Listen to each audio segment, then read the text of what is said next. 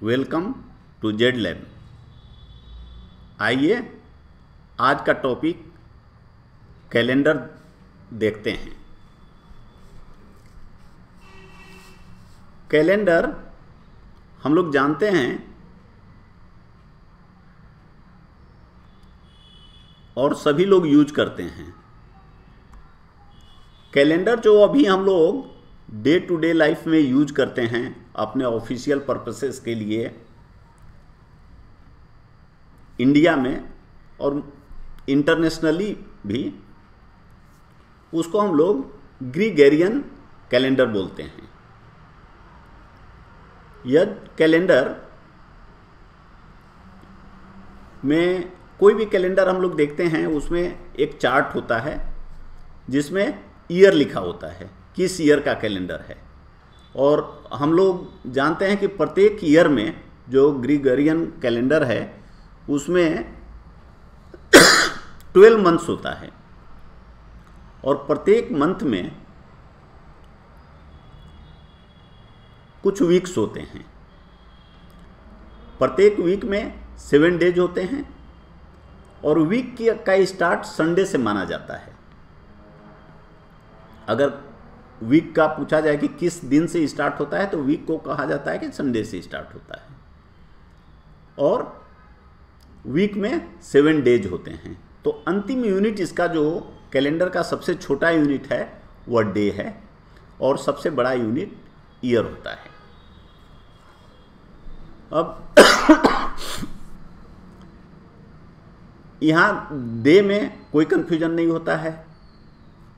Week में हम लोग जानते हैं कि 7 डेज होता है, Sunday, Monday, Tuesday, Wednesday, Thursday, Friday, Saturday.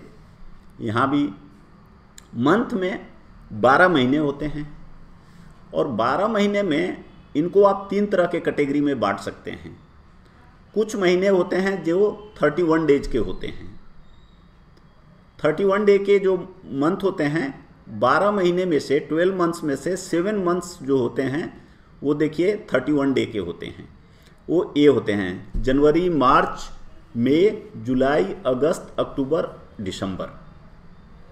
इसको हम लोगों को छोटे से सिखाया जाता था कि अगर हाथ को ऐसे बंद कर लें तो यहाँ पे देखेंगे कि ये ऊंचा उठा हुआ पोर्शन है, यह 2 उंगली के बीच का गैप है, यहाँ ऊंचा है, गैप है। तो जो ये ऊंचा उठा होता है, अगर हम यहाँ से शुरू करें जनवरी, नीचे फरवरी, ऊपर फिर मार्च आ गया, अप्रैल, मई, जून, जुलाई, अगस्त, फिर इसी से शुरू कर देते हैं उसी साइड से, अगस्त, सितंबर, अक्टूबर, नवंबर, दिसंबर। तो इस तरह से जो मंथ जब हम इस तरह से काउंटिंग करते हैं तो ये उंगली का जो जॉइंट पे आता है, ऊपर आता है, इसको हम लोग 31 डे वाला मंथ होता है। इसको आसानी से हम लोग आइडेंटिफाई कर सकते हैं। और फरवरी हमेशा या तो 28 दिन का होता है, 28 डेज का होता है, या 29 डेज का होता है। ये ऑलरेडी फिक्स्ड है।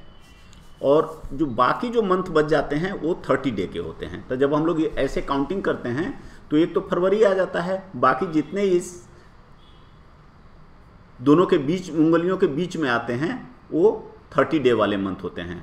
अप्रैल, जून, सितंबर और नवंबर, ये 4 महीने हैं जो 30 डे के होते हैं। एक फरवरी हो गया जो 28 और 29 डेज का होता है, 5 हो गए, और बाकी 7 मंथ्स जो होते हैं 31 डे के होते हैं। ये 28, 29 जो होता है वो एक्चुअली देखिए सभी कैलेंडर में होता है। हम लोगों का जो अपना कैलेंडर भी है जो विक्रम संवत फॉलो करता है, ये सभी कैलेंडर में भी हमेशा आप देखेंगे कि कोई महीना कोई पार्टिकुलर साल में अधिक दिन का होता है। उसका पर्पस होता है कि जो दिन रात होता है तो एक्चुअली एग्जैक्टली 24 घंटा नहीं होके जो सूर्य के चारों तरफ पृथ्वी चक्कर लगाती है उसमें टाइम का फर्क होता है। और वो टाइम धीरे धीरे अगर बढ़ते रहता है या घटते रहता है तो वो क्या होगा कि जैसे अभी मान लीजिए हम लोग जानते हैं कि 1 जनवरी हमेशा जाड़े के समय में आता है। तो अगर उसको हम लोग इस तरह का एडजस्टमेंट नहीं करेंगे मंथ्स के डे में, तो क्या होगा, वो पता चला कि कभी जनवरी गर्मी के दिन में शुरू हो रहा है, जैसे हम लोग अपने इसमें देखते हैं कि दशहरा अगर विंटर से ठीक पहले शुरू आता है, तो पता चला अगर हम लोग अपने कैलेंडर में महीनों का एडजस्टमेंट न करें, दिन का एडजस्टमेंट न करें, तो वो हो सकता है कि दशहरा गर्मी के समय में कभी आए। तो वो सब चीज़ों को अवॉइड करने के लिए, एक रिदम मेंटेन करने के लिए लोगों ने, जो ह्यूमन काइंड है, वो बहुत सोच समझकर इस तरह का सिस्टम इजाद किया है। इसके पीछे पर्पस है। ये देखने में लगता है कि ऐसे क्यों है, लेकिन ये सब चीज़ें बहुत लॉजिकल है। अगर हम लोग करेंगे, इसके कॉन्सेप्ट को समझेंगे, तो लगेगा कि भाई बहुत लॉजिकल तरीके से चीज़ें बनाई गई हैं। अब देखिए, अब आते हैं ईयर पे। ईयर जो होता है उसको हम लोग दो तरह से क्लासीफाई कर सकते हैं। एक नॉर्मल और सेंचुरी। नॉर्मल कहने का मतलब है जैसे अभी हमारा 2020 है, 2020, यह नॉर्मल ईयर है, सेंचुरी ईयर नहीं है। सेंचुरी ईयर किसको बोलते हैं, जैसे 2000 ईयर था तो वो सेंचुरी ईयर था। 1900 सेंचुरी, शताब्दी वर्ष, जिसमें अंत में 2 जीरो हो, जैसे 100, 200, 300, 400, इस तरह से 2000 जो पिछला था 2000, तो उसको 2000 भी बोलते हैं। तो ये सेंचुरी ईयर हुए। इनका ज़रूरत पड़ता है, इसलिए हम लोग इस तरह से अभी डिस्कस कर रहे हैं। आगे हम लोगों को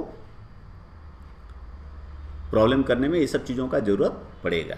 उसी तरह ईयर जो होते हैं, दो तरह के, लीप ईयर और नॉन लीप ईयर। इसके बेसिस पे इनको दो पार्ट में, दो तरह से हम लोग कह सकते हैं कि कुछ ईयर्स लीप ईयर होते हैं और कुछ नॉन लीप ईयर होते हैं। जो लीप ईयर होते हैं उनका जो फरवरी महीना होता है वो 29 डेज का होता है, और नॉन लीप ईयर का फरवरी 28 डेज का होता है। तो इस तरह से जो एक साल होता है, नॉर्मल ईयर होता है, उसमें 365 दिन होता है, 365 डेज होते हैं। लेकिन जो लीप ईयर होगा उसमें चूंकि फरवरी एक दिन 29 का होता है, इसलिए 366 डेज का होगा, और 4 साल के बाद लीप ईयर आता है। तो लीप ईयर को आइडेंटिफाई करने का, लीप ईयर को पहचानने का तरीका होता है कि हम लोग जो नॉर्मल ईयर होता है, प्रत्येक 4 साल में लीप ईयर आता है। जो नॉर्मल ईयर होता है, नॉर्मल, देखिए नॉर्मल ईयर है, इसमें ईयर का हम लोग बाई 4 करते हैं। अगर रिमाइंडर 0 बचता है, रिमाइंडर का मतलब शेष 0 बचता है, तो इस ईयर को हम लोग बोलते हैं लीप ईयर। लेकिन सेंचुरी ईयर में हम लोग सेंचुरी ईयर बाई 4 करते हैं, 400 करते हैं, और अगर रिमाइंडर 0 बचता है तो हम लोग कहते हैं कि यह लीप ईयर है। तो देखिए ये फर्क है, नॉर्मल ईयर में 4 से डिवाइड करते हैं और सेंचुरी ईयर में 400 से डिवाइड करते हैं। तो जैसे मान लीजिए कि 100 ईयर था, 100 AD, तो इसको 4 से डिवाइड करिएगा तब तो ये 25 हो गया। तो अगर ये डिफिनीशन हम लोग मानते तो यह लीप ईयर हो जाता, लेकिन ये डिफिनीशन हम लोग नहीं मानते हैं। हम लोग मानते हैं ईयर डिफिनीशन, 400 से डिवाइड करते हैं। तो 100 से में 400 से डिवाइड करेंगे तो रिमाइंडर 0 नहीं बचेगा, शेष 0 नहीं बचेगा, एक्चुअली ये फ्रैक्शन हो जाएगा। तो जो 100 ईयर होगा, 100th ईयर, वह सेंचुरी, वह लीप ईयर नहीं होगा। तो यह तरीका है लीप ईयर और नॉन लीप ईयर को टेस्ट करने का। थैंक्स।